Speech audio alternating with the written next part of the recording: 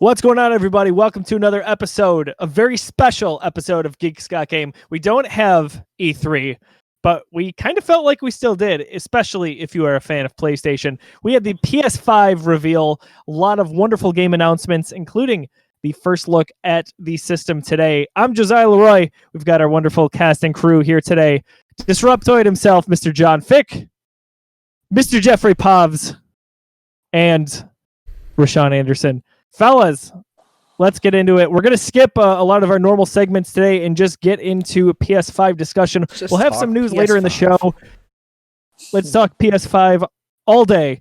We'll get into a little bit of the news from some Destiny news. We've got some No Man's Sky, as well as a little bit of kind of sort of what happened with IGN Summer of Games Day 1 and 2. But first reactions here. Tell me, guys, what did you think overall the press conference, or not press conference, the reveal we got today? John, we'll start with you. Yeah, I think it's fair to call it a press conference. I mean, just because nobody stood on an actual stage, it served the same purpose. I thought they absolutely crushed it. I thought it was such a tight show, such a very good show. One of those just absolute banger conferences from Sony, man. They just came out, they gave us everything we wanted. Every rumor that we thought was going to be there, for the most part, the big stuff was there. We got. I mean, you watch that conference, you just have Sony first party studio, just every game was one of their first parties. And then every time they had a third party game, it mattered. It was something huge. And then most people thought we weren't going to see the console. We saw it. We'll talk about what we think about it, but man, great conference. Jeff Pavlak. Yeah, I was very impressed. Just the number of megatons they have in here. I mean, you could have had half of that lineup that they revealed and we still would have said this was an amazing conference. Never mind just the sheer deluge of heavy hitters that they put in there. This was one of the better ones we've seen in a long time, I think. Deluge, that's a good word. I'm going to use it. It is a good word. Rashawn, hit us with your PS5 reaction. Yeah, this was great. The thing that I think of, man, I don't want to turn anything into a console war. I think that stuff is starting to get really petty, to be honest. But I have to acknowledge, this has always been the difference between Sony and Microsoft. Microsoft wants to show you, they want to show you tech features. They want to show you trailers. They don't want to show you gameplay. Sony, they'll give you a little bit of the tech features, but man, you're never going to leave a Sony press conference being like, man, I didn't get enough gameplay in that conference. What's up with Sony and their studio? They came hard with, and there's many games here that we're going to talk about that just had just a trailer, but there was so much gameplay for other things as well, and things that are running in engine that, again, we're going to get into it, but it was great, man. This is what we've been waiting for from Sony, in a lot of different areas, whether we're talking hardware, whether we're talking software. We've been crying for it, and they gave it to us. So let's get into it. Yeah, I felt like the complete package today. We kind of, felt like we were going to get a big reveal or two, but it just kept coming hit after hit after that. And to also get the console was a really nice thing. So it just feels like a very complete day for Sony. Yeah. As I mentioned at the top of the show, not getting E3 this year was in a lot of other events, but E3 predominantly is a stinger for us. But to get something like this, I guess eases that pain a little bit. And Rashawn, I'm with you, not to kind of keep up with the console war thing, but immediately my mind goes to Microsoft and Xbox. And I think about Xbox next month.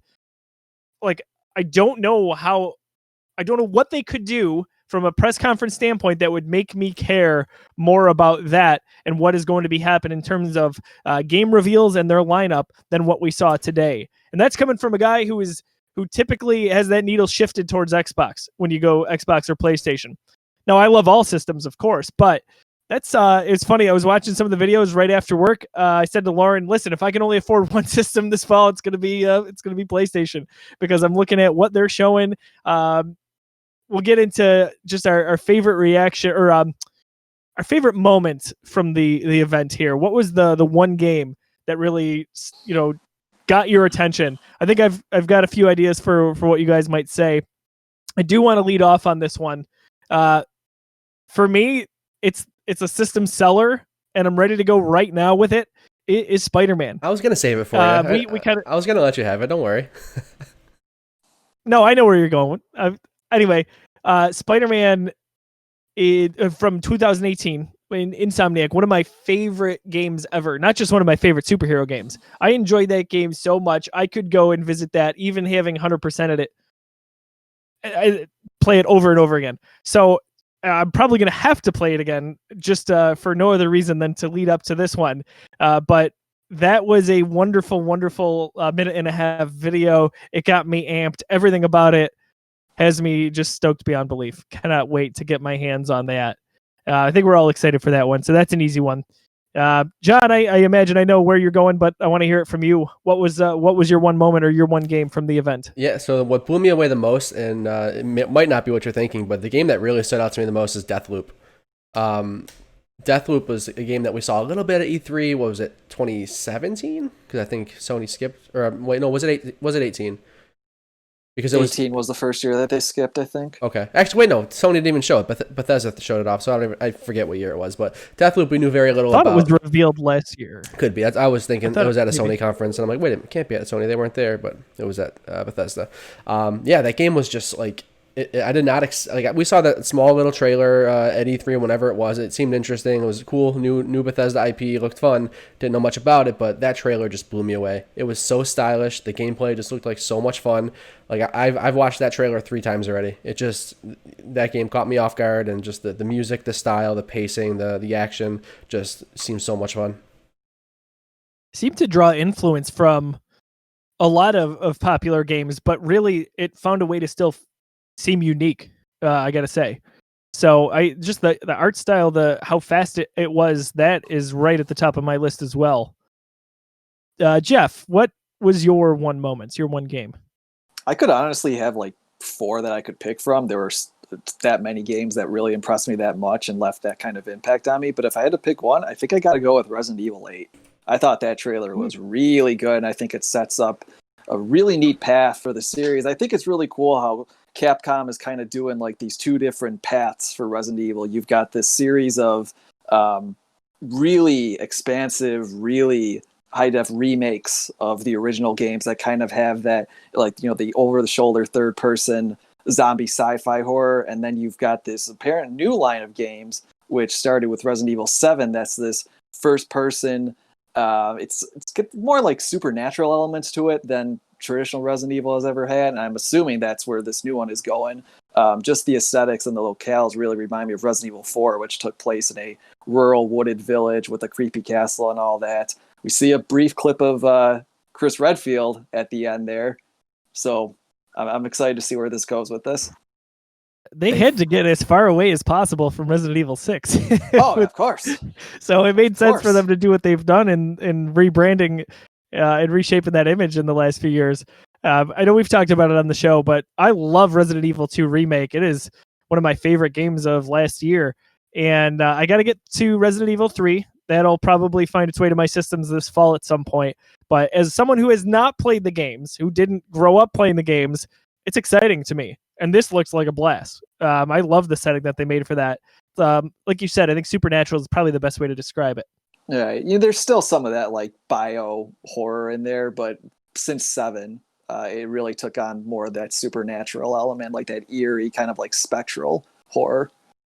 I love the logo too, by the way. How it is a great, yeah, it's cool. perfect. I want to piggyback real quick on that. So both of us went with a third-party game, and kind of just to touch on something Josiah said, comparing it to Xbox. Xbox had a conference already. Their software reveal event, and it was all third parties.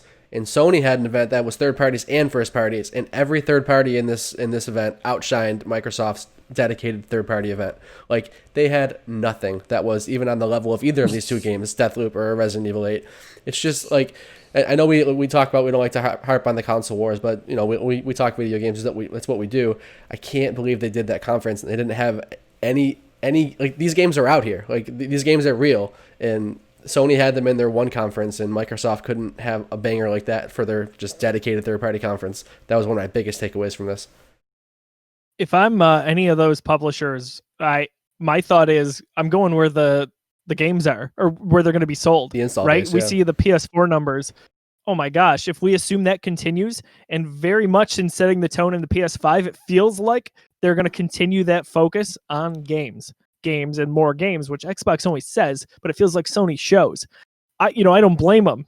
I'd put my game over there all day long. Xbox has got to show me that they're kind of in Sony's boat. And I don't know if they want to go there from a strategy point or not, but John, you mentioned it where it felt like Xbox is more of maybe a platform is the way you described it. Yeah. And Sony is, here's our console, right? You can play your games here. Whereas Microsoft wants to be on your phones, your tablets. It's fine, but a different approach altogether. Rashawn, lots to choose from. Give us your moment. For me, thank you, Jeff. I can always count on you to, have my back on similar gaming taste. Thanks for getting Resident Evil 8 for me. You said everything that I was gonna say, so thank you for that. Now I got your back. Yeah, thanks, dude. Now that leaves me to my pick. I never thought in a million years. I know this game was rumored. I never freaking thought that I just knocked my earbuds out of my ear, but I never thought that Demon Souls was gonna get a remake. That was my honorable mention. What the heck? Yep. That's big, man. That's huge. I had a feeling, Rashawn. I definitely had a feeling that's where you're going. Come on. That is the only moment during this that I screamed. Besides, I legit yelled during the conference when that came up. What was that yell like? Was it like high pitch or just like give us an example? You don't want to. The viewers their ears will bleed. It was loud though. It was a loud yell because I couldn't believe it. And the thing with this, and it was the same thing with Resident Evil 8 as well. I called out both of these games right when the first. I'm like Demon Souls. I did the same thing with Resident Evil. I'm like Resident Evil 8, but they both planted seeds of doubt because with Demon Souls, there was a few shots that looked out there to where it looks like they're adding some things. So I was like, okay, wait, maybe not. And then same thing with Resident Evil 8. When Resident Evil 8, when they showed that that castle looking structure, I'm like, okay, what is this? Something new. But with both of those games, those titles came up and I lost my mind. But Demon Souls, man, I can't believe it. Like that's another one of those things where similar to like a Final Fantasy VII remake or something like that, where if you told me like I would be playing a game like that, I would have been like, they're crazy. Like that's insane. So I'm very excited. Demon Souls is what started all of these things that we talk about. Souls, boring game. This is the game that started that, and people don't even remember it. We only talk about Dark Souls, rightfully so, because it's a trilogy. But Demon Souls, man, a hit from 2009. I can't wait. I can't freaking wait, guys. Oh my god. Rashawn, do you remember before that came out, like nobody really knew what to expect out of it? Everyone was like, wait, it was like, oh, this is a Western fantasy by a Japanese studio trying to make it like Monster Hunter. Like nobody was excited for it. Mm-hmm. It was just, this game completely came out of nowhere. It kind of reminds me a bit of like Arkham Asylum. A little bit in that regard, yeah. Like it kind of had that vibe to it, and I mean, and then especially especially like the impact it had. I mean, it basically forged like a brand new genre. Exactly, right. It started a new genre of action RPGs essentially. And again, the thing with this is that it amazes me how many people don't remember it or are like, oh yeah, that game was a thing. It's crazy. It's crazy. Rashawn, isn't that perfect? Because like I said with Resident Evil, where I didn't play it and now I'm getting kind of this chance to play it on all these modern day consoles. Mm-hmm. People who like that genre and maybe didn't play Demon Souls are now going to get that chance. They're going to get glorious the chance. brand new system, you know? Because the thing with Demon Souls, the PS3 version I just held up, is that the servers for that game got shut down, I want to say 2 years ago. And there's some certain elements in that where I'm pretty sure there's alternatives, but I haven't gone back to it in a while. So that was the first hint that I'm like, oh, like most like games public, like they shut down, they get their servers shut down, but a game like that, like a primarily single player based game that's an RPG, those generally stay running for a while. So when they cancel those servers, that's when the rumors for this started coming around a while ago. But again, I never thought they would go. I never thought From Software had a reason to. I thought they were just going to keep doing Sekiro, Bloodborne, other projects. Like they are, they're doing Elden Ring, but well, this isn't From Software, right? This is Bluepoint doing this. Yes, but I'm sorry, Bluepoint.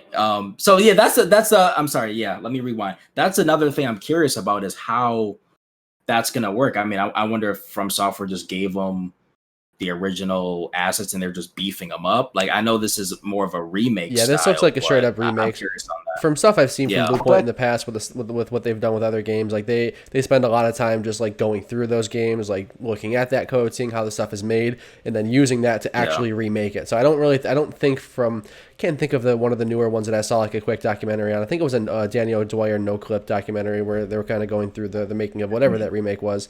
But yeah, they don't use any of the assets. They are just like, they have the code, they see how the stuff is coded, but they completely remake it in modern engines.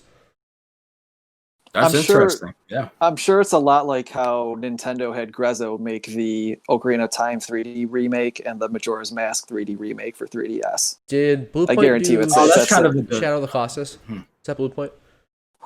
Yeah. That's what I'm thinking of. Really? That's what I'm thinking of. Yeah. They're pretty sure. So wait a minute. Yeah, they got some. That's they got incredible. some pedigree for it, though. Oh my god, yeah. Blue Point is the best in the business at this stuff, man. Like that's what they do. Yeah. And I didn't fully go through it. I've been meaning to go back to it, but Shadow of the Colossus. So thank you for actually highlighting that point for me, John. So if we're getting that level of support and, care with Demon Souls, oh, good Lord. Yeah. Y'all better get ready. Blue Point, this is awesome. Blue Point is on point with this stuff. I think they did the Uncharted trilogy. Like they've had a huge history of remaking games and making them faithful, but also bringing them into modern times. Yeah, they're the studio you want to do a remake when it comes to any sort of action game. I think they really have a nice eye for detail. It's funny, and they picked the right game too. That's awesome. That's a really good opportunity for Sony to relaunch that and really make some money on it, because you're really introducing that to a kind of a new generation of fans who probably just missed it. Was Demon's Souls a PS3 exclusive? Yeah, yes. It was. Okay, so Sony, because I know Sony's publishing this one, so I assume they published the first one too, kind of like Bloodborne. Yeah. It was Atlas who published it. Okay, well that makes sense. So they're in bed together for console because launches. nobody expected it to really be a big hit, and Atlas always takes on those kind of niche Japanese games are localized. Yeah, it became multi-plat with the first Dark Souls, and the rest is history. When I worked at GameStop, I remember the Dark Souls midnight release. Like, it wasn't huge, obviously, but we had like a fair amount of people come in for that, and a lot of people were talking, obviously, about Demon's Souls at that point, because that was kind of the tipping point. And I remember just that was it. From there, that franchise and that genre just took off, and here we are coming full circle. We'll get to some of the other announcements here. We'll kind of run through. If anyone wants to say anything on any of these, just jump right in. But Sony starts off the press conference in terms of games. It wouldn't be a console if GTA 5 wasn't coming to it. Am I right? So GTA 5 coming in 2021, and PS5 owners will get. Is it GTA 5 online for free or GTA 5 for free? It said GTA. The whole thing. It just said online, so I assume it's just the online portion, not the campaign stuff like that. That was what they said in the trailer. Can I give props where credit, like some props real quick? Rockstar with this. Wait, I don't know. I don't know if you can. Are you giving props or credit? Both. I'm giving both. They deserve this. That's such a Michael Scott thing. For a lot of casual fans and even probably hardcore gamers, you look at GTA 5 and you probably have a little sigh. That's like, oh my god, like it's now on a third console generation. And I get that. There's a part of me that has that feeling too. But dude, Rockstar putting their money where their mouth is. All of these companies, and one of them that we're going to talk about later that I think is just overrated, but that's beside the point.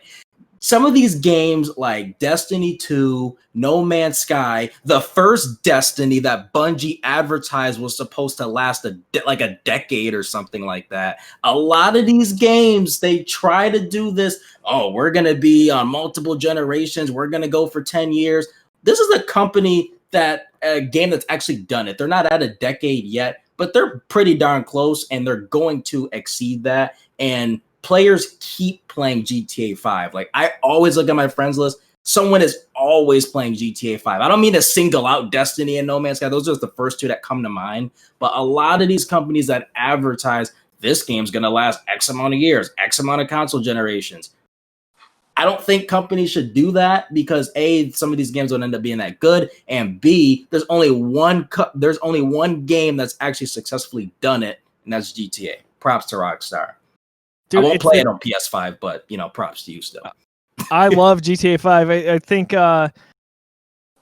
it's amazing that it is going to its third generation. They're not waiting, right? Like they're coming out of the gate with it and saying right away, it's the greatest selling bit of entertainment ever. It's insane. The legs that it has are truly incredible. So they did put their money where their mouth was in that case. So check out my review for it when it came out for the Xbox One and PS4 kind of remaster. All the pictures in there are screenshots I took, and there's a great one of Trevor walking away from an explosion that I took. I'm really proud of it. Check out the header. I wonder. This shows the age of the Geekiverse. Oh yeah, the Geekiverse. Yeah. I wonder if this is going to be a repurchase for PlayStation owners, or if this will be like, hey, you own the PS4 version, you get the. They didn't talk about that. All they said was PS5 owners get GTA Online for free. That's maybe someone who's never owned it before. I wonder if a PS5 owner has to repurchase this, and I wonder we assume it'll be on Xbox Series X. Is it going to support smart delivery, or are they going to resell that? It's up to developers. So very interesting. That's a really good question. I'm fully in the boat that I don't support developers re-releasing games cross-generation anymore. I mean, we are at the point where we know that these new boxes are the same box, just more powerful and running some slightly different software. They're the same architecture. They all run the same games. It's really just another bump up for like the Xbox Series X and the PS4 Pro just to another level. It's all the same architecture. If you're recharging for games, it's a bad taste in my mouth. I agree. It just, yeah. I mean, there's really no reason to, and I think Microsoft has given us like a good threshold for, right, it's possible. Like we have smart delivery. Like make a game, we'll give you the upgraded version for free. It's the same thing, just better assets if you develop them. So I really hope Rockstar's not going to charge again for it. But the fact that they didn't say that makes me think they probably will. If you guys remember, this generation started off with, obviously you had a couple for both Sony and Microsoft. It started off, you had your main new console games, of course, but the first year and a half of this generation was remasters from the previous generation of tons of games, reselling you the same game, obviously updated and whatnot. But like John's point, it's like, don't try to do that again. Now we know, like when the PlayStation 4 was announced, one of the main tech features was, hey, this is a streamlined architecture. This is just a PC running PS4 software. Like this is just a very, very baseline architecture. The PS3 had that huge problem. It ran on the what was the processor called? I forget the name of the cell processor. It was very, very specific to that. It was very powerful, but developers had a hard time developing for it because it was so unique. You can't put a PS3 game on the PS4. That's why they couldn't do what Microsoft did and just create backwards compatibility. The cell processor was a nightmare, so you had to remake those games. PlayStation told us, hey, that's our goal with PS4. We're making it this standardized system. We know that PS4 Pro kind of was the next step in that, and PS5, no matter what they say, we know it's just a beefier PS4. I mean, it's all the same architecture now. It's all the same stuff. So again, I assume they will be recharging for this stuff. I don't think they're going to be, gamer friendly guy like Microsoft in this situation and have some kind of, unless the developer opts to do it. I think they're going to be recharging for stuff. I think in most cases, you're not going to see anywhere close to the amount of remasters we got for this generational leap.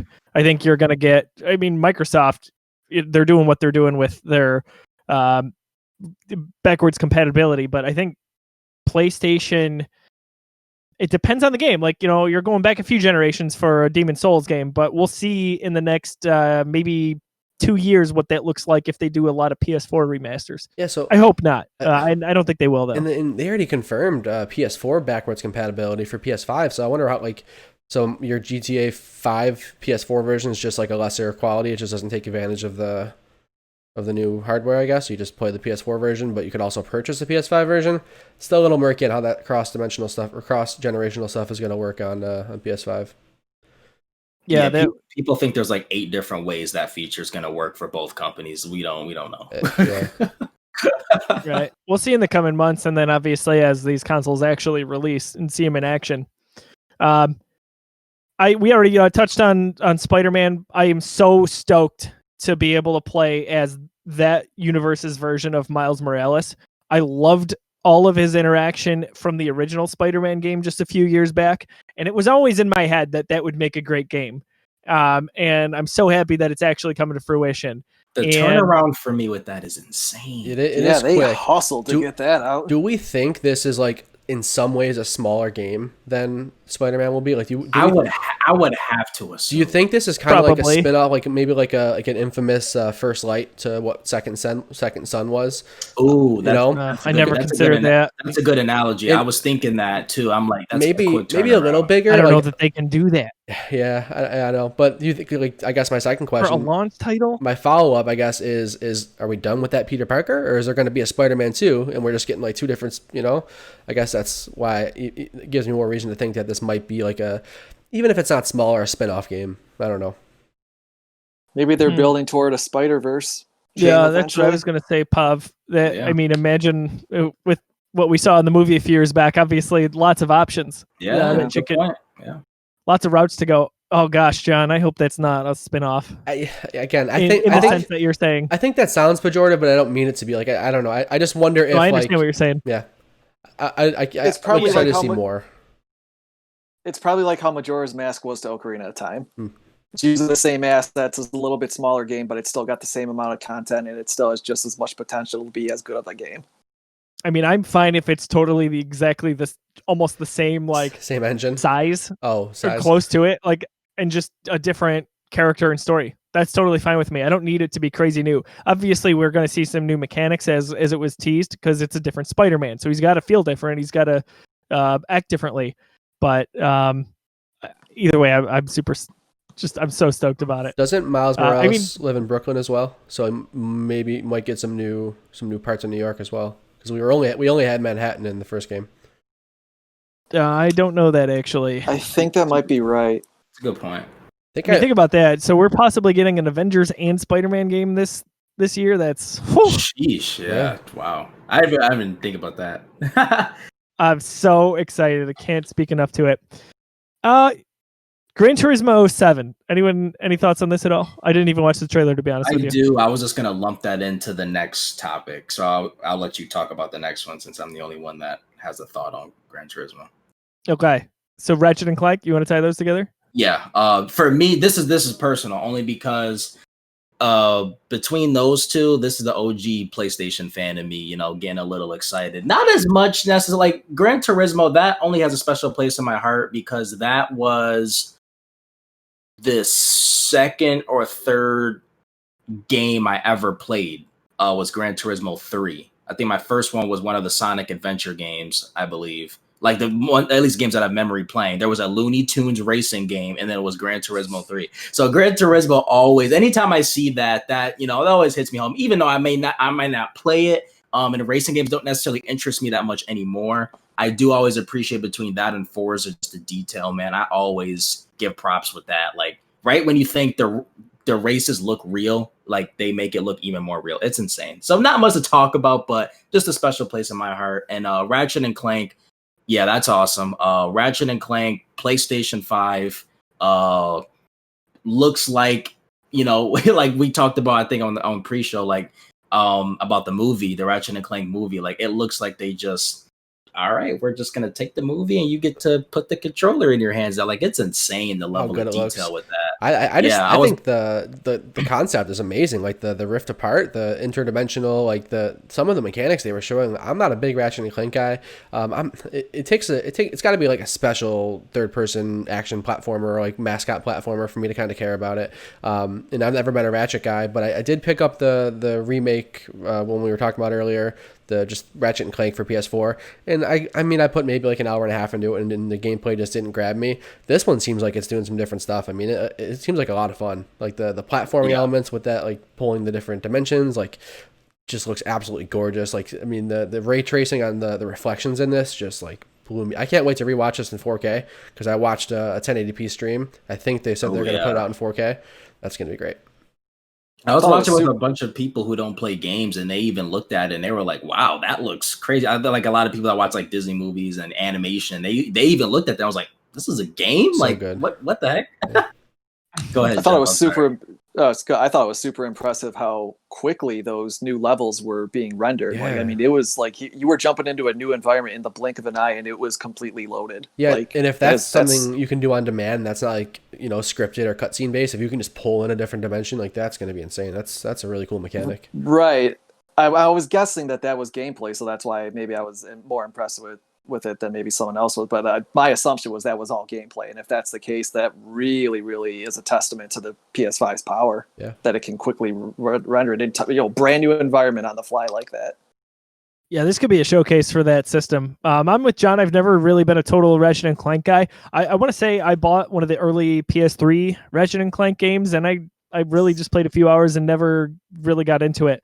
I want to give it another chance and jump back in with this. So it's a good opportunity to do so. So much fun. So much fun. Yeah, they're fun games. Let's see here. I don't know if I'm saying this right. Project Athea? Yeah, no one said it yet. Title? So yeah, we're still up in the air, and I guess if it's like Athea or Athea, but yeah, that one. When I saw that Square logo, I thought they were going Final Fantasy 16. Man, I thought they were gonna do it. Dude, I thought they were gonna do it. I wasn't gonna take myself there, but I saw that, and I would be lying if I didn't. My stomach didn't churn a little bit. We talked a little bit about that. That's the Square move. Like we're not saying I wouldn't expect Final Fantasy 16 to be soon, but Square announces these games like decades before they come out. Like I expect to see that game announced soon, and I kind of thought we would have seen it already. So I thought that's what we were going to see. But this looked cool. This was an interesting little trailer. Well, here's the thing with that. So with Square, we knew we had to see something Square related because Square and Sony always get into bed with each other to start a console generation, whether that's, I know, me all you want to. They always have something going on together at the start of every Sony or PlayStation generation. So, obviously you think Kingdom Hearts or Final Fantasy, but, this is just, looks like a new IP that they're rolling out. Which is always interesting. I missed that it's a PlayStation console exclusive as well. It is only a PS5 game. I'm just scrubbing through the trailer right now. Man, it looks pretty. Another thought I had was when we were watching it after like the Square logo passed and like we saw some of like the environments. I'm like, wait a minute, is this that Unreal 5 game? Like, is this the game from the Unreal 5 engine? Mm-hmm. Once you started like jumping on the cliffs and we saw some like greenery and stuff like that, I'm like, did they just like, give us that? But no. Super cool. I 100% thought the same thing, and I was really excited for like 2.5 seconds. Yeah. I wanted more of that. Stray. So, am I remembering this correctly? Is this the end where they're looking at the Earth? No, this is not. This is the kitty cat game. You're a cat. This is Annapurna game. Oh. Yep. Never mind. I should have read on. No, you're good. Yeah, this is the one. So it's like a almost not cyberpunky, like Blade Runner-y, like futuristic neon lights. There's robots everywhere, and you're just this cat with a backpack. It looks like you're just doing your thing. I did not watch this. Oh yeah, it looks fun. It's an Annapurna game. They do some weird stuff, and I'm all about it. This is a game that I can see myself getting into for sure. And I love the logo. Super good. You and Marvel, right? Yep, my little kitty Marvel. I actually have to show Courtney this trailer because she's gonna flip out. I'm gonna have to play it because of Courtney. It's going to be the follow-up to her Animal Crossing track. No, she won't play it. She'll just make me play it and watch. Oh, okay. Hey, that's fine, too. Yeah, exactly. What are we looking at here? That's Returnal? Is that next on our list? Yep. That interesting. Kind of different. Yeah. Trailer. I did watch this one. Looks beautiful. The vibes I was getting, not vibes, because it like kind of reminds me a little bit of Control, like theme wise. It's very creepy. It's very like there's aliens and monsters everywhere. But I like the repeating your death aspect. I really like that in the game Outer Wilds. That was one of like my favorite games of last year. So I've always been fascinated with like that time loop thing. Like we talked about Deathloop a little while ago. So that's kind of what this is. Looks cool. Yeah. Changing tones pretty drastically. We're kind of sort of going back into the world of Little Big Planet. Sackboy, A Big Adventure. Anyone here get into Little Big Planet at all back in the day? I never did. No? I did, but I'm not like this. I won't get like I'm pretty much. I was done with Little Big Planet a while ago, but I am surprised that they're bringing it back in some way. This is the time to do it, I think. Launching a new system, there's less to play. If you're gonna jump on something that's been sitting there, I think that's it. I don't want to label it as just a kid's game, but it's a cute little game for the holiday. You know, I don't know if played it's launched, but the original quite a bit co-op. Like I didn't play the other two at all, but a good buddy of mine and I don't know, it must have just hit at a good time when it originally came out, but we totally we played the heck out of that thing. I know some people who were really into those games for sure. Yeah, I remember when I had my Xbox 360, I definitely wanted to get a PS3. That was one title that always kept coming up, was Little Big Planet. Got to play Little Big Planet. So I did, and it's fun. I probably won't jump into this right away. Definitely not right away. For sure. Not for $60. Who knows? No. I want to double back to that last game real quick. It's worth noting that this is Housemarque's first game after announcing that they were done with arcade games. So if you're familiar with Housemarque, they've always made like these like twin stick shooters, these arcade type games. I can't think of any of them right now, but they've been mostly PlayStation games. Housemarque that's been their tried and true type of game. Then all of a sudden, I think in like 2017, they just put out this statement with the title "Arcade is Dead," and they're just like, we've liked this genre for so long, but it's clear that that's not where the industry is going. Like we've made the decision, like we're gonna stop making those games, and we're gonna do something different. So this is what they've been working on. I think during that time, it was leaked that they were working on a battle royale that they scrapped because it wasn't going well or whatever. Maybe the trend was done. So this is the first thing we've seen from Housemarque since they made that big "Arcade is Dead" statement. Yeah, definitely noteworthy. Destruction All-Stars, kind of interesting there. John, I'm looking at like the next 5 or 6 on the list. If you want to jump through any of them, I have nothing to say until Godfall. So yeah, Destruction All-Stars was a low point for me. I mean, the next one that is, I don't know if it's Kena or Kenna, Bridge of Spirits. That game looked really cool. That had like some Zelda vibes to me, just in terms of the way the gameplay looked. It kind of like reminded me of maybe Breath of the Wild meets like Avatar: The Last Airbender with like the vibes I got. That game looked really cool. Next one was Goodbye Volcano High, the weirdest game we saw, and we saw a game with a cat in space, and this is even weirder. That was watch that trailer. It's just like these weird dinosaurs, and like there's a super dramatic tone, and there's like this narration about weird vibes. Interesting game. I want to see more about it. Oddworld, Soulstorm, nothing for me there. I don't know if anybody has anything to talk about with Oddworld. I kind of can't believe they're making a new Oddworld game. Yeah, that's my reaction to they're that. Still doing it. I give Sony credit for trying to continue some of their original IPs, like between Little Big Planet. Keep these franchises going. They're part of the Sony brand. They're synonymous, I feel, for some gamers. Sure. There's a market for it, and they wouldn't do it if it wouldn't make money, I would say. So. And they're smart for doing this stuff at the start of a generation, because when you think about it, people are going to be looking for things to play. Totally. If you release this stuff mid-gen, late-gen, no one's buying this stuff. Speaking of Little Big Planet, the last Little Big Planet, I can't even tell you the name of it for good reason. But ask that game how it did in mid-gen, and you'll see them sales numbers. So this game will probably do a lot better, despite John's face. Yeah, your face. Yeah, it tells the story. I think Little Big Planet always sells well. I think you might be wrong there. I think Little Big Planet the most recent one. Go look it up. Wasn't the last one a spin-off? Wasn't it a spin-off though? Wasn't it like wasn't part? The last one I think was a Vita game. That may be the actual last one. That's what I'm thinking. I don't think they did another console. No. I'm thinking there was a console. I'm telling you, was a console. There was a console game. I had it, never played it. No, yeah, Little Big Planet 3 was a console game, but I think the Vita. It was a PS4 game, was it not? Yes. Little Big Planet 3. Oh, was it? It came on PS4 as well. So it would have been after the Vita one. No, but it was PS3 game too, right? You had Little Big Planet. You had Little Big Planet karting. This is what I'm talking about. You don't even remember Little the Big game. Planet Mario Kart game. And then there was a Little Big Planet for PS Vita before that. It was just called Little Big Planet, if I remember correctly. The Vita one? And it was almost a launch title for the Vita. I could be wrong. The official title is Little Big Planet PS Vita. Yeah. Yes. Okay. Okay, so it did. So basically a self-titled album. I wasn't talking about that one. I even know about that one. I'm talking about the console one. There was a Sean's PS4 one. 3. Yes, so Little Big Planet 3. Let me see. When did it come out? Real quick. Go look. 2014. Yeah, so it wasn't. So that was the newest one. Early. Yeah. And it came out early in the generation there. First year. It didn't review as hot as the other ones. I don't have.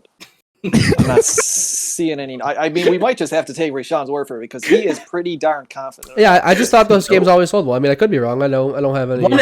One and two for sure. 1 and 2 were insane. And they, if I remember correctly, 1 and 2 were critically acclaimed. The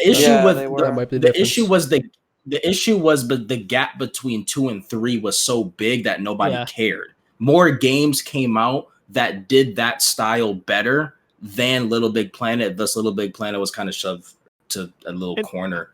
How many times can you kind of remake that? I'm not to be skeptical, but it's kind of the same retread, I would think. Not having played them myself, I'm thinking that's what it is. But the point is, for them to get back into it, I think it's a good idea to start your generation with that. Really? Again, don't do that early on. Well, again, I think this one I was wrong. It was more early on, so people still didn't care. Yeah, you know what? Now I'm starting to remember it because that was the first one that wasn't developed. The first mainline, not the Vita one, that wasn't developed by Media Molecule. That was I think that was another issue. So because when PS4, I think Sumo Digital did the third one. You're right. When the PS4 launched, Dreams was a launch title, a launch announcement. Exactly. Media Molecule was already working on Dreams. So I guess the Sumo Digital didn't live up to the 1 and 2 hype. Now I sort of remember that did flop more than I remember. See, you ain't even remember it. See, that's what I was my point. I'm like, it came out and it just.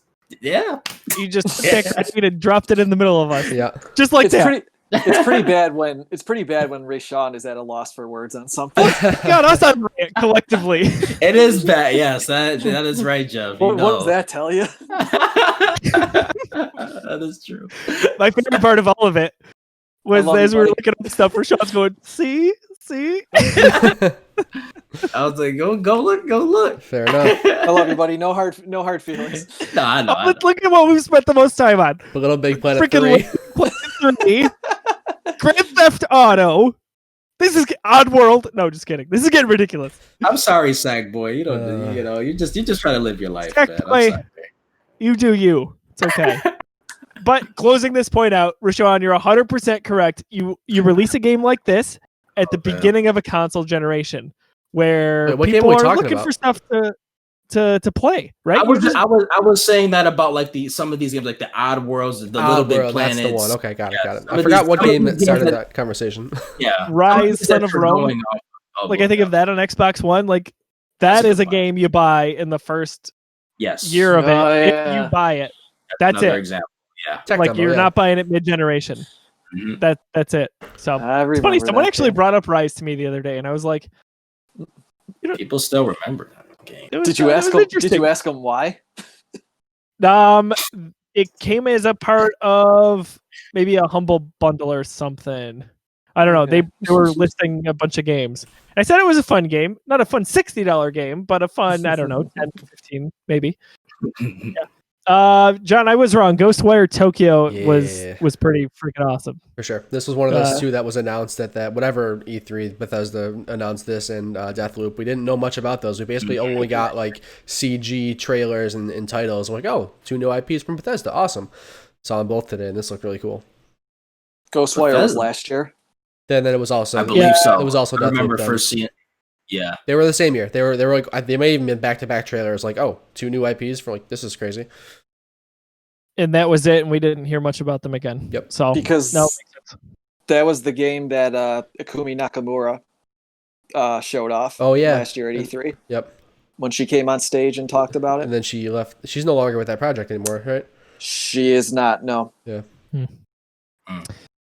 Did I watch the trailer for Jet? You know what? I'm questioning that this was actually even in the show because I don't think I saw it either. I just pulled it up and scrubbed through it. No, I saw it. Not in my feed. It wasn't in the show. It was. There wasn't much to talk about. But I don't remember a second of this trailer. Do we got a Mandela effect going on here? What the heck? I could have just thrown any random word in here. We would have been like, did we see that trailer? No, I don't remember. This I did not see. I don't know how, but yeah, I don't remember Jet at all. I'd have to watch it with some audio to know what's going on there. Those guys must have gave Sony like 5 cents and was like, please just put it in there. Sony was like, all right, we'll put it in there. They're probably like, what the heck? You barely showed the game. No one remembers it. You said for us to put it in there. Well, you gave us 5 cents. So Godfall. I thought that this looked really nice, actually. I don't know. I think this has a wide appeal to a lot of people. Gearbox is publishing this for consoles. It's going to be exclusive to PS5, and I don't know that we have a time frame other than 2021 for it. But I did remember watching this trailer, and a lot of other times I may have skipped ahead, but this one I was like, okay, go on. Holiday go 2020 is the window for this, where we should be getting this at launch with PS5. It is? Yeah. Okay. Gotcha. It was actually the first PS5 game announced at the Game Awards 2019. Yeah, that's what I'm seeing here. It's Holiday 2020. This trailer was cool. This gameplay looked a lot of fun. This is when I realized that, man, every trailer in this press conference has amazing music. I don't know what it is, but like all of the music in these trailers stood out to me, and like this one was just super cool. If you haven't seen this trailer, watch it. The music is awesome. Like all of these trailers, just the music stood out to me. Random. Yeah, my segue. Reddit notes say 2021, so they must be wrong. Yeah, mine say 2020. Yeah, the music definitely was great across the board. It was very on brand with the anytime you saw the DualSense or the console. It was very tonally all the same. Oh, man. Even I would argue to an extent some of the visuals. Sony has really done a nice job in grouping that all together, despite the diversity of all these games. Their graphics package, the segues in between the trailers were so good, and they never reused one. They must have spent so much money on that graphics package for one transition. They were so good. Yeah, I couldn't agree more. What do we got next here? Solar Ash. So Solar Ash. I don't know if this is like, it looks a lot like Hyper Light Drifter, and they just say from the developers of, or from the creators of. So I don't know if it's a direct sequel or just a spiritual successor, but Hyper Light Drifter is a lot of fun. Never finished that game. I want to get back to it. So I'm excited about this because that game was awesome. I gotta say, the recent Hitman games have always really appealed to me, and I've no excuse for not playing them. I enjoyed some of the past generation Hitman games, and to get a third one here is pretty exciting to me, and we don't have to wait very long to get it. Looks like it's coming January 2021. Those games I always found appealing. Yeah. Any of you guys ever play through those? I'm in the same boat where like they've always appealed to me, but I've never diving in. This one had a really cool vibe, like the forest, like it almost had kind of like a spooky. It reminded me a lot of John Wick, actually, for whatever reason. Yeah, I was gonna say, it's some really cool took the words out of my mouth. John Wick vibes. Who is this? The first Hitman game IO is making by themselves. Didn't they leave their publisher and they got to take the Hitman IP with them? I don't know who it was. I don't know that. I think that's true. I don't know who it was. Whoever owned IO had Hitman, and like when they separated, they let them take the Hitman license. And I think this is the first game they're making by themselves. Fact check me in the comments. Yeah, there's one of the most recent Hitman games is on Xbox Game Pass. So that's another barrier that's gone for any excuse I have to play it. Astrobots kind of looked charming, right? So that is coming in the form of a 3D platformer. Saw a little bit of what that looks like. This looks fun, right? This is again, it's nice to have towards the beginning of a console generation, but it's something I could see myself diving into. I don't know if you guys feel the same or not. I do. I have heard nothing but good things about the Astrobot VR game. I hear like that is the killer app for PSVR, and like not a lot of people talk about it. It's supposed to be like an incredible 3D platformer. Never played it, but now that it's not behind PSVR, I might give it a shot. Yeah, I'm definitely getting to the point where I'm itching for more platformers. I just kind of like my gaming thirsts, if you will, kind of go in these cyclical patterns for what kind of game I want to play. And I know I'm going to get there shortly, especially with what is probably going to be two pretty heavy games coming up with Last of Us and Tsushima. Little Devil. Oh, go ahead, Puff.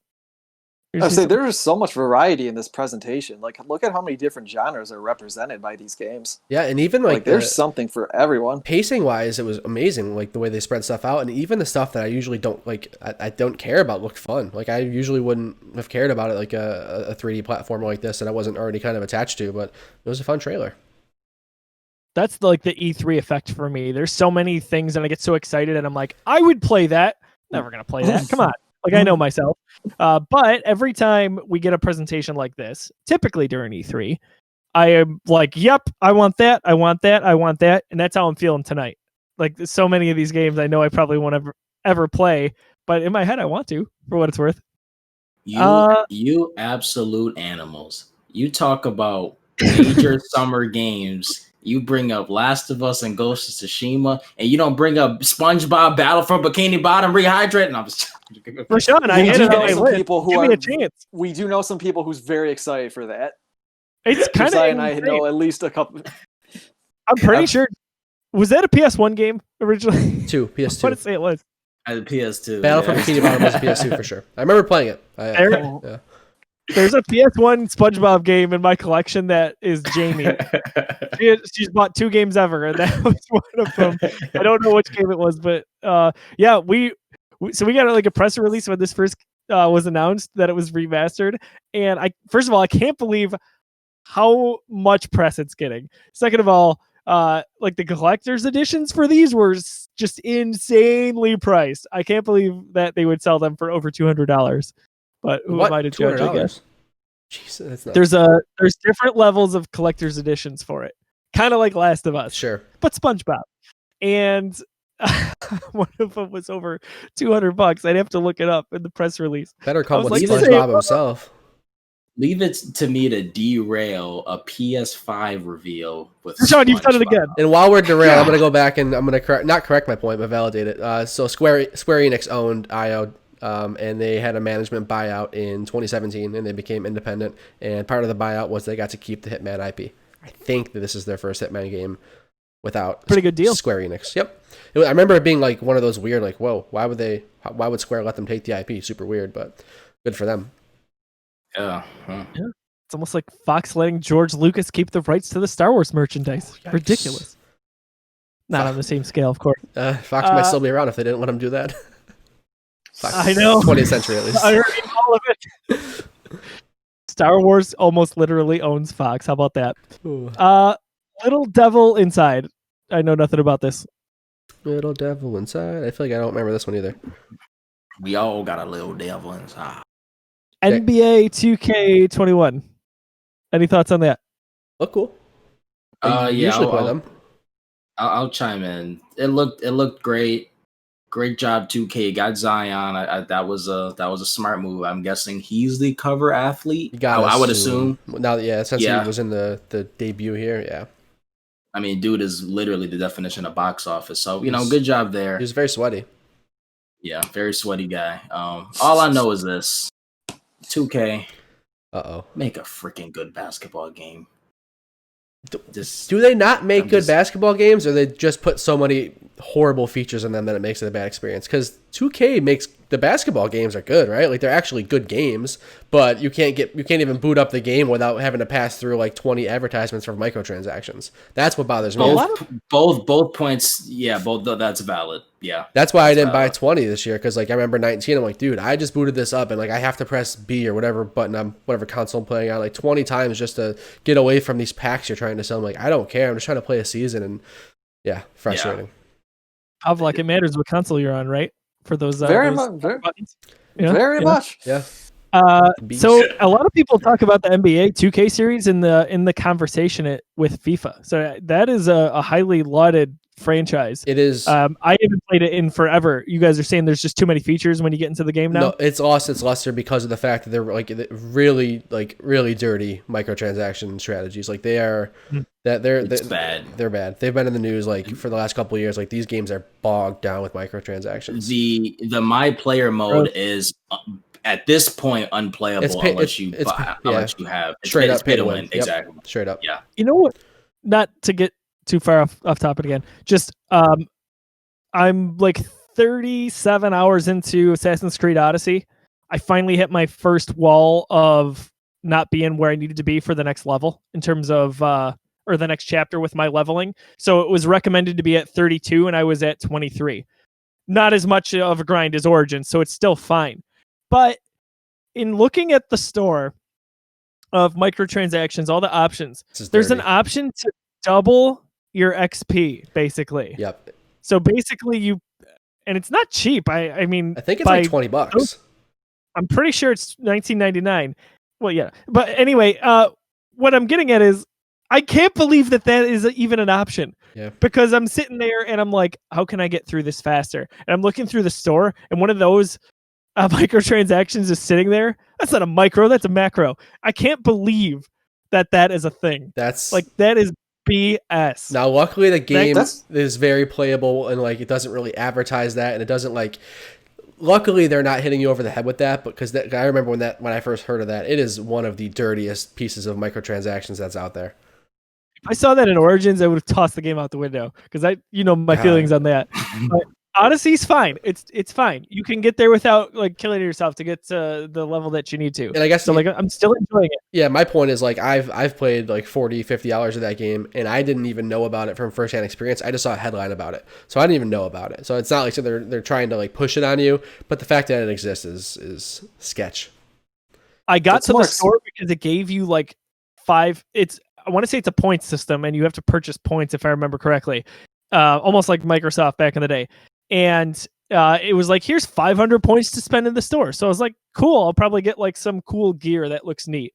And you can't spend anything for 500. And then I was looking at equivalent points, and then I came across that, and I was like, you sons of guns, I can't believe you did that. Yeah. So the way you feel about that is the way a lot of us NBA fans feel about the way the 2K games have gone. You literally, the My Player mode is unplayable, and it started with the My Team mode. This is so bad. I'm not going to go on a rant, but this is so bad. Just to give you an idea, is they have, just like a mobile game, you have card packs that you buy, and you get different players in them.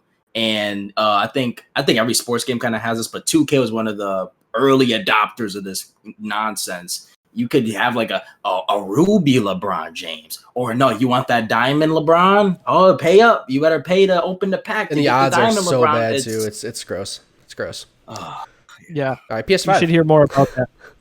Yeah. Let's see here. I got nothing. Bug Snacks? Is that?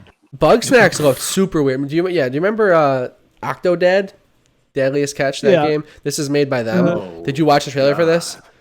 No. This is so weird, but like I only had so much time and I skipped it. I'm sort of in. Like, you're on this island, and like if you eat something, you become it. And like, the comedy was super, super interesting. If it's a relatively cheap game, I think I'm kind of in on it. Something I want to play on the Switch, actually. Yeah, you'd assume so. Yeah. Yeah, we streamed Octodad for a few weeks a few years ago. It was fun. It was fun. We had some good times there. For sure. A few weeks. Woo. Well, like we were doing once a week. It wasn't like someone was sitting there for 5 or 6 days in a row. My goodness gracious. You get the platinum? What's that? Get the platinum? How dare you? I didn't play it. If I did, I wouldn't have gotten it, clearly. We talked about Demon Souls. Talked about the next three. What do we? We talked about Demon Souls, Deathloop, Resident Evil 8. Next one will be the Pragmata. What was that one about? Oh yeah, that was like the one that you thought was the cat one. That's the one where they end up on the moon. There is a cat in this one too, which is odd. That's probably why I thought that. Yeah. So there's 2 games with cats in space. 2 cat games. Okay. Yeah. There was a certain year where like every game had a dog in it. This year we're having cats. It was the year that Call of Duty, one of the feature characters had it, and then Fallout 4 had your dog meat and stuff like that.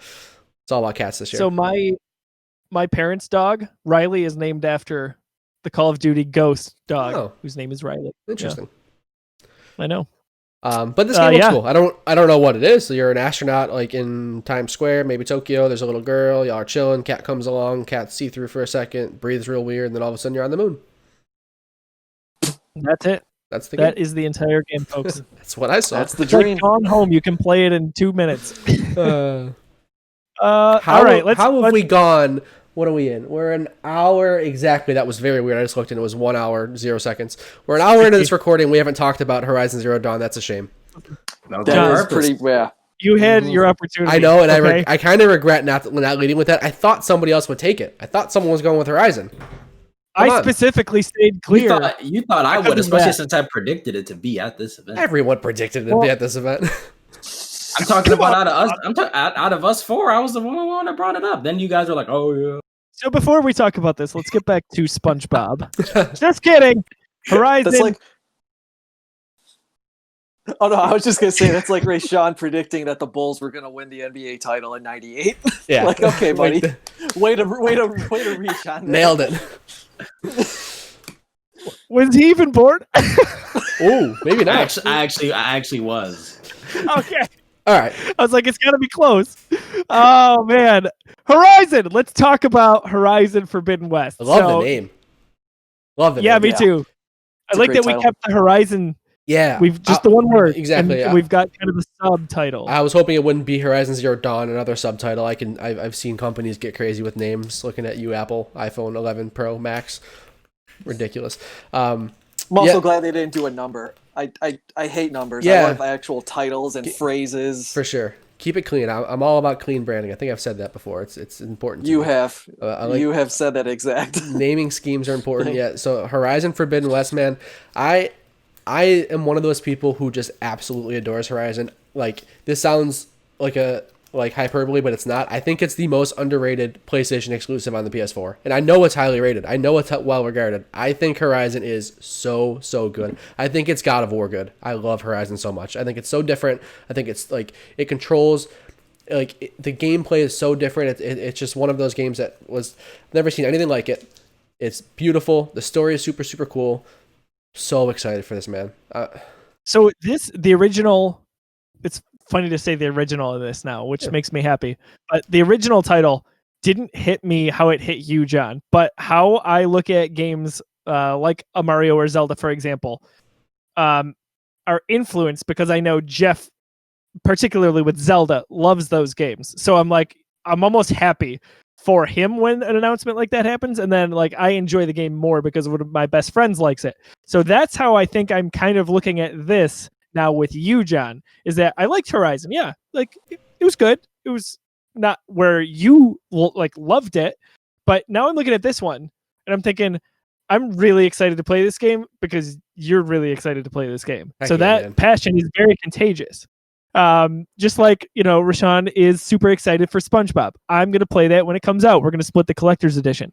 So, John, talk more about Horizon and your feelings with this. I know you've got a lot to say. The trailer looked great. I mean, it's what was interesting is all the other leaks about all of the Sony first party stuff, including this everything we saw in this conference was dead on.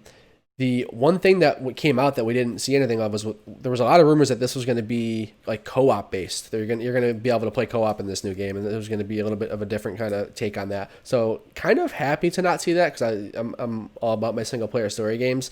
It looked gorgeous. We're seeing new wildlife. I mean, it's not much to say that you can't see in the trailer, man. It just looks like a really cool game. And a pretty nice length for the trailer. I think it was 2:33 if I remember correctly. And we saw a lot of varied environments. It was, Spider-Man was kind of quick.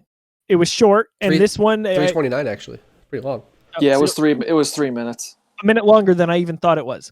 So we saw it was a lot of wildlife, quote unquote wildlife. We saw a lot of color, and watching it and kind of getting a little bit of a sense of where the story is going to go as you hear the underlying narrative from the voiceover.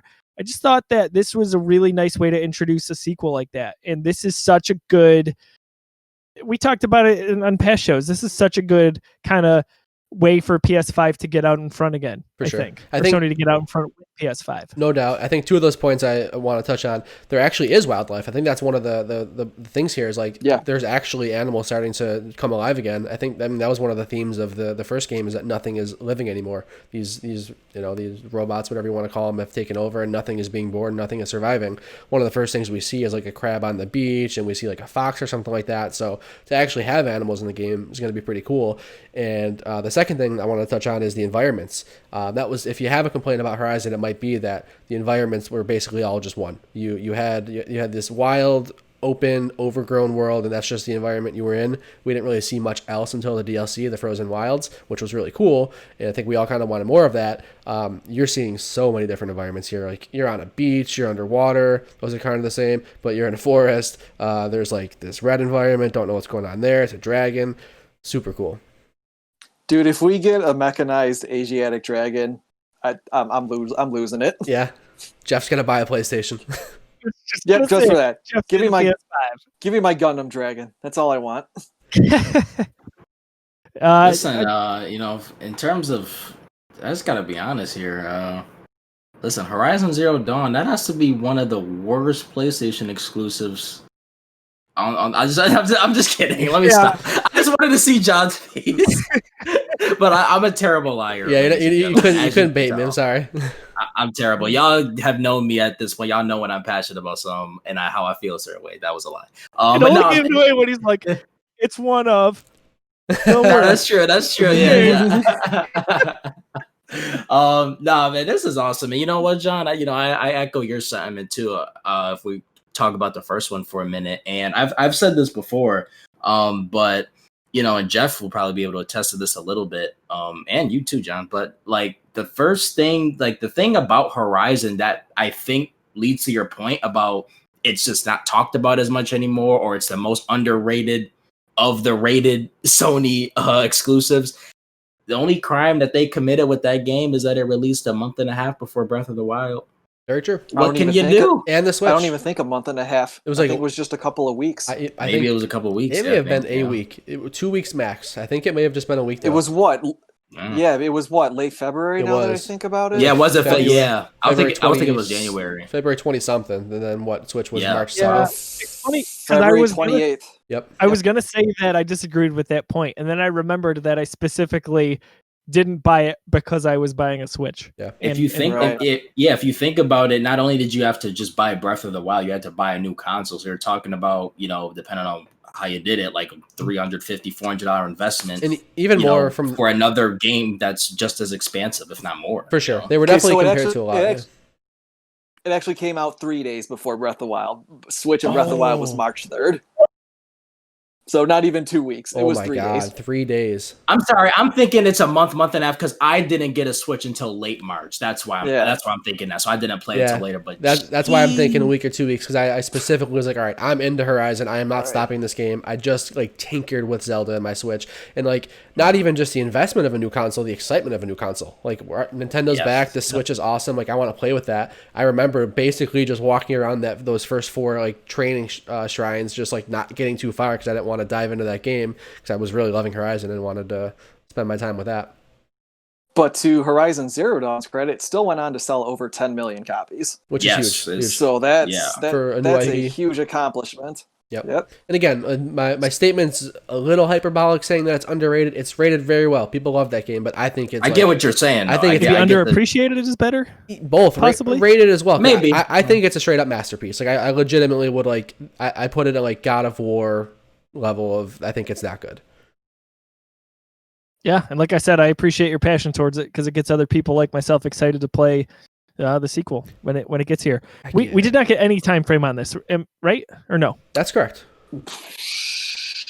Okay. Yeah, no. Nothing. Yeah, my prediction was it was going to be a launch title, but I'm starting to think it wouldn't be because they would have said it. So yeah, I think that would have been a heck of a launch. I think that was the expectation. Spider-Man. Yeah. Once I saw that Spider-Man was holiday 2020, I started to think either we weren't going to see Horizon or that it wasn't going to be a launch game. Yeah. No need for them to cannibalize each other. I think when I saw Spider-Man, I texted the group chat, RIP Horizon or RIP Xbox, because if Horizon's coming too, then it's just done. Right. Yeah. So and the console itself. We get the reveal of the console. Man, consoles. Yeah, that's true. That's a good Very point. True. I was very surprised to see that they're doing the digital edition. That's awesome. Man. Same, because I would have expected that would come out maybe next year or 2 years down the line with staggered releases. Launching with but 2 they're SKUs jumping in right away. Yeah, for sure. So yeah, everyone at home can see them. I don't know if you guys have an image up. We've got it on our template here. So my description of this, I texted to somebody, was every time a new console is about to come out, people make these mock-ups and they're just extremely futuristic and they look crazy but kind of cool and very edgy. And we're all right, that looks crazy, but they're never going to do that. Sony was finally all right, let's do it. Every time someone talks about a new console, they get these crazy lines and these crazy cut corners and stuff like that, and they look futuristic. Sony's all right, man, let's do it. And they did it. And I kind of love it. Yeah, it's funny because at first I was like, I don't know if I really like it, if I'm being nitpicky. But the more I thought about it, I was like, you know what? It really differentiates itself. Not even just with the color being white for PlayStation, which looks wonderful, but that it really does feel almost like how I imagined the PS3 would look back in the day. Like I was like thinking about this futuristic piece of hardware, that crazy controller. Was it PS3 where it had like the really long... The boomerang? Yeah, that never launched. That was just... I know what you're talking when they announced it. That's what I'm talking about. Yeah, the boomerang controller. When they announced the PS3, that was the controller they showed off, but it never came out. Right. So like that's kind of sort of what I imagined that would look like, and here we are a few generations later, and I really love the DualSense 5. We've talked about that a lot on the show, but the system itself, like that, is a good looking piece of hardware overall. I think it's going to look nice, in the collection, in your entertainment center, wherever you may have it. Really, I was very surprised. Not even so much that we saw the console, but more so that we did get that digital version, where Microsoft did this with the Xbox. It's just the discless version where you can just... That's the future we're moving towards if we're not already there. So I wonder what those... maybe this is a good segue into talking about the price points for what we think this might look like. I am so curious. I was talking to a friend at work, and I was really excited about this digital version because I've years ago moved everything digitally, so I have no reason to get the one with the disc tray. So I'm thinking, obviously that one should be cheaper. You think, right? Oh, of course, yeah. There's no way they get away with selling these for the same price. No, there's a missing component. I mean, that disc drive costs money. It just depends how much. I would guess the retail for whatever the one with the disc tray. Let's just say my guess is $550. Ooh. I would say the one without the digital version, they'll either chop off $50 or $100. Oh, okay. So you're saying $550 for the most expensive one with the Blu-ray drive? Yes. And then maybe $50 lower. I'm on the other end of the spectrum where I think $449 for the digital, and I think $500 for the one with the Blu-ray drive. I put that on Twitter. Gotcha. I've gotten some feedback that maybe that Blu-ray drive is going to be more expensive and that it might be $100 difference. I don't know. I don't know if it's actually that expensive. I mean, people are... They sold it. I mean, they'll sell it at a loss if they have to. Exactly. Because they're not going to have to worry with the quantity they're going to sell and with the games that they just showed off and are likely going to show off. Yeah, you can only imagine. John, that's exactly the price point I was going at, which is why I was raising my hand. Because I had a feeling. I was like, I got to get out in front of John. I didn't see your tweet. Sorry. But that's where I feel like it's going. Because 500 sounds really daunting. But if you have a cheaper price model next to that for $50 less, then it's not so daunting. You put it at $449.99. I think that's pretty reasonable for where we are. That puts it also $50 ahead of the PS4 where that was at launch. So I think that kind of makes sense. And I wouldn't be surprised by just about anything unless they came out with like $599 US dollars. I'd be like, Tony, you're drunk. I have friends who legitimately think that's going to happen. I'm like, guys, people are thinking that Sony hasn't learned their lessons or whatever. I'm like, the PS4 was a clear indicator that they learned that lesson. They learned that PS3 coming out at $599 is no bueno. They undercut the price on the PS4 for a reason. I mean, I know they have new leadership and stuff like that, but guess what? The PS4 is one of the best selling consoles of all time. Why would they double down and go for another $600 console? I told somebody that if they only launch a $600 console and that's the only SKU, I would eat my Vita. And I told him he can pick. I'll pick the slimmer. he can pick the slimmer, the OLED, whatever we want to watch. I'll eat a Vita if the only PS5 that comes out is $600. But now there's two SKUs, so I think I'm kind of good no matter what. I was gonna say you already won. So yeah. I mean, I was really excited to see if we could compare that to Jeremy White's flip-flop bet from a few years ago, where he said he'd eat a flip-flop if the Vegas Golden Knights made the playoffs in their first season, and they went to the freaking Stanley Cup Finals. Yeah. Now it still could be valid if they're both more than the $600. I'll eat both Vitas. How about that? I got them both. I have the Slim to my left. I have easy, buddy. No. I want to make this a thing. It's happening. I'll eat both Vitas. You're trying to kill him. You're trying to kill him. He's just crying eating it on the show. I'll blend it first. Well, ladies and gentlemen, we may have an open spot on the Geekiverse. John Thick. R.I.P. the Vita and R.I.P. John. I just don't think there's a chance that this is $600. Even sick men. Even the most expensive one. I agree. Yeah. I think it's most sickening that someone would eat a Vita because the Vita is wonderful. But anyway, yeah, I don't think we'd be anywhere close to that price point. I think they're crazy if they would think to go that way.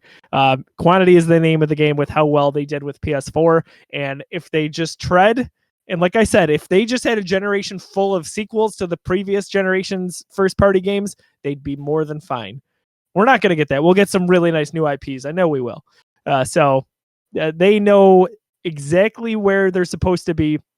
I think it was evident in today's showcase, and they'd be smart to continue to ride that momentum. It's going to be a nice launch. They just know how to get me excited about video games. Like, they just know how to make a press conference. They know what to put in there. They know how to launch a console nowadays. Like, man, those were like some year of dreams E3 vibes for me. Like, that was an awesome conference. I'm super excited for the launch of this. And I know the feeling will change, but I'm very not put off, but I'm just not very excited for what Xbox has to offer right now with just how awesome this looks. I will be hard pressed to find a way to get as excited as I am for this. And as I said at the beginning of the show, if I'm getting one, I'm getting a PS5 right now. It's all about the library at the end of the day. You can show off all the flashy tech features and dashboard features you want to. It's about your game library, man. We're gamers. Some of us are tech people, but a lot of people just want great games, man. I appreciate what Microsoft tries to do and promote with the Xbox, but you're right. I do. I don't want to make it seem like I don't, but agreed. You gotta weigh it. I go where the games are, and right. That's Sony right now with PS5. Before we wrap up, we want to get into just the last few tidbits here. John, do you want to just run into some of the Destiny 2 news that we got recently? For sure. So Destiny 2 had an event, like a stream, one of these digital events that we do nowadays. They talked about a lot, actually. They one of the biggest events they've done so far. So first of all, Destiny 2 is coming to Xbox Series X and PS5 for free for both systems. They specifically said that it will support smart delivery on Series X, and it will be a free upgrade to the PS5. So that's happening. You got and all your DLC as well too, because Destiny 2 is already free to play nowadays, but all of your paid DLC comes with you over to your next generation. They said that cross-generation play will be supported. So you have a PS5, you can play with all your buddies who are still on PS4. Xbox Series X and play with your Xbox One, cross-generation. That I think they said that's coming at launch. They are working on cross-platform play. So a lot of the big games out there are supporting cross-platform play. Call of Duty does it. Fortnite does it. That needle has been pushed. I love that we're seeing that. That's a huge feature for me. So Destiny is working on it. They kind of have to get a couple of things in order, they said hopefully 2021 they'll be able to roll out cross-platform play for Destiny 2. And then they just went and kind of mapped out their content for the game. They said they told us what's coming in this fall, the big update. Something light, first light, relight. I don't know. I'm not a huge Destiny guy anymore, but if you're a Destiny guy, you know what that is. And then they showed us the big expansions for 2021 and 2022 as well. And Rashawn, when you mentioned earlier in the show that when Bungie originally talked about Destiny, they touted it as a 10-year plan. I think Destiny 2 is what they wanted the whole time. And I do think that their partnership with Activision is why Destiny 2 exists and why it's a separate SKU from Destiny 1. I think this is what they wanted all along. Now that they're in control, they're being super transparent. They seem like they're really listening. That whatever it was cool. They talked to the community and they addressed some concerns and they roadmapped that game pretty well. Yeah, it's flourished since that relationship ceased to exist, I think. And it's interesting to see too. So 2014 is when the original Destiny launched. I mean, if we're talking into 2022, that's pretty impressive. I'm constantly amazed how much or how strong Destiny 2 is. That this just continues to have legs year after year. So it's kind of nice to see that it survived, because I was of the belief that it was going to go the way of the original. Sure. We're going to get a Destiny 3. But I'm happy that I was wrong with that. I think the biggest thing that they did to make me a believer that we're going to keep getting support for Destiny 2 for years and years to come is making it free to play. It's you no longer have to buy a SKU. You don't have to purchase a game that came out in whenever Destiny 2 came out. Was it 2017? You're not buying an old game, right? Like this is just a free to play game, much like Fortnite. They're making engine changes, like they're upgrading the game as it goes. So being free to play is big for that.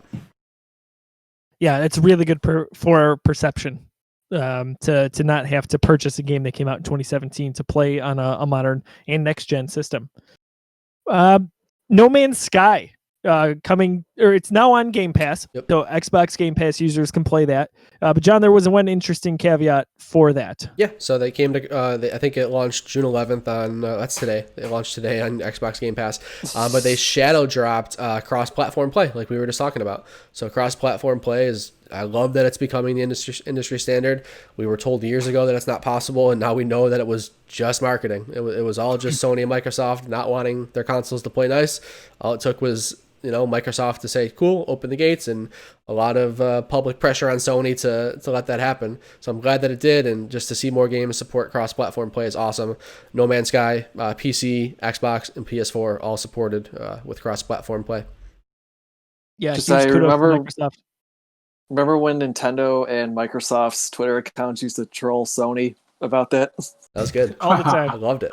That was Even good the stuff. graphics coming out with the Xbox and Nintendo holding hands. Yeah. It's just, Right. I loved all of it. As someone who was That a was huge amazing. Fortnite guy in the midst of all that, that was so frustrating that like I have all three of those platforms. It was super cool that Fortnite was now on the Switch. I had to pick one.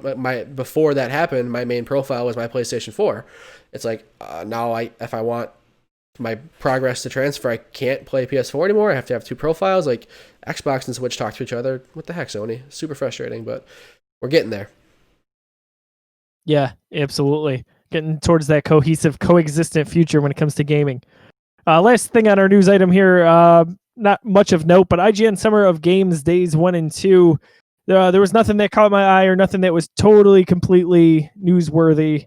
I don't know if anyone else has anything to comment on any of that.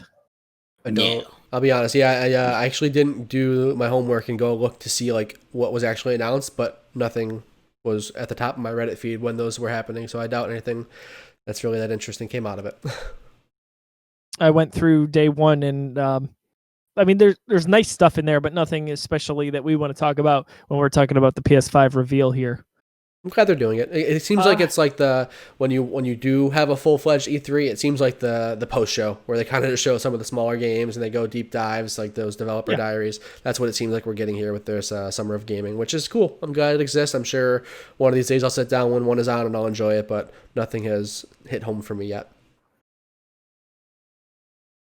We're going to wrap up this episode of Geeks Got Game, whether you're watching on youtube.com/the Geekiverse or listening on your favorite podcast streaming platform. I will go around just a quick plug for where you are on social media, where people can find you to chat all things gaming, and then what you're looking for the Geekiverse. John, why don't we start with you? You can find me on Twitter and Instagram at Disruptoid. That's where I hang out most of the time, talking about the PS5 a lot lately. So if you want to get in some conversations, we have some good discourse going on there. For the Geekiverse, definitely check out the MCU Reviewed. That is our show where we are sitting down every week and reviewing another movie in the Marvel Cinematic Universe. We are up to Iron Man 3, which we're about to record after this. So we're making progress slowly but surely. It has been so much fun. Been loving chatting about people's favorite movies and comparing lists and stuff like that, making Rashawn mad by highly rating these amazing Iron Man movies. An Iron Man hater. There's just a certain movie that's just Watch the show. Good. That's like this. Yeah, watch the show. Rashawn, let's go to you next. So you can find me on the same shows as Disruptoid. Actually, I'm stuck with this guy, but yeah, whether that's bi-weekly on Geeks Got Game, weekly on MCU Reviewed, monthly on Would we lose? Oh, okay. Josiah's done. He's like, I'm done with this. Yeah, of course. He'll pop back That's in. fine. Who does he think he? There he is. Who does he think he is? B? Who Yeah, is this seriously? guy? Yeah, he's back. It was only a matter of time. You Did you messed hear up that? my plugs. We're But yeah, and I disappear again. Son of a bitch. All right. But yeah, I'm done. you can find me on those shows on the Geekiverse, and it's the same stuff that Disruptoid mentioned, John. If you want to talk games, I talk movies, whatever. On my Twitter, True King Zero. Same thing with my Twitch streams as well, True King Zero on Twitch. You can find me there as well. I haven't streamed in about a week and a half, but that will be changing. You're gonna be playing some SpongeBob. I'm dead serious. It was a joke, but I'm dead seriously playing that now. I think. Look at you. Okay. Mr. Pavlok. can find me on Twitter at Jeffrey Povs and on Instagram, Jeff Pavlak. It's an older piece, but I think it's one that's very important even now. We did a favorite local beers to drink while gaming feature piece a little while ago. You know, the country is still just starting to reopen from the pandemic, especially here in Western New York. We're coming up to the phase 3 opening. All these small businesses are still hurting. They're going to need our support as much as possible coming up. So we put together some of our favorite beers that are made by local brewers here in the Western New York area. Gave you our links to where you can find them and where you can find their breweries. Definitely hope anybody can check that out and support these places, because these are very great people who make some. Exactly. Yeah, go drink beer. But yeah, support your local businesses. They need it right now. Good call, Jeff. I've been introduced to so many new wonderful beers that, first of all, they're new beers released during the pandemic, and second of all, beers that I wouldn't have partaken in previously. So definitely go support it's incredible to see what they've done in the last 3 months. I am at Josiah D. Leroy on social media. As you can see, I tried to leave the show early, but they just roped me back in. I am back. We've got lots going on at the Geekiverse. Most notably, we've got some new designs in our online store. Go to thegeekiverse.storeenvy.com. That's 1E in Store Envy. We've got over 20 designs to choose from, including our limited 6th anniversary edition shirt. Once they're gone, they're gone. So get your hands on that while the iron is hot. Also, we've got our We Are Groot t-shirt, which you can see me wearing if you're watching the video version of the show. We have a lot of shows to look forward to in the coming weeks. We mentioned all that we're doing, whether it's Pluscast, our Geeks Got Game, our Marvel show. I want to mention Dadcast. Episode 2 of Dadcast is coming in just a few weeks' time. We had to delay it just with a scheduling conflict, but we will have a special guest. My co-host and I, Tim, are really excited to bring that to you. So if you're a gaming father and you struggle to find the time to game, you're just looking for lifestyle advice, we're just here to have a conversation and have a good time about it. You can check out episode 1, which is on our YouTube and all our podcast streaming platforms right now. Very exciting episode here today to get the PS5 reveal. For John, for Jeff, for Rashawn, I'm Josiah. We'll see you guys in just 2 weeks.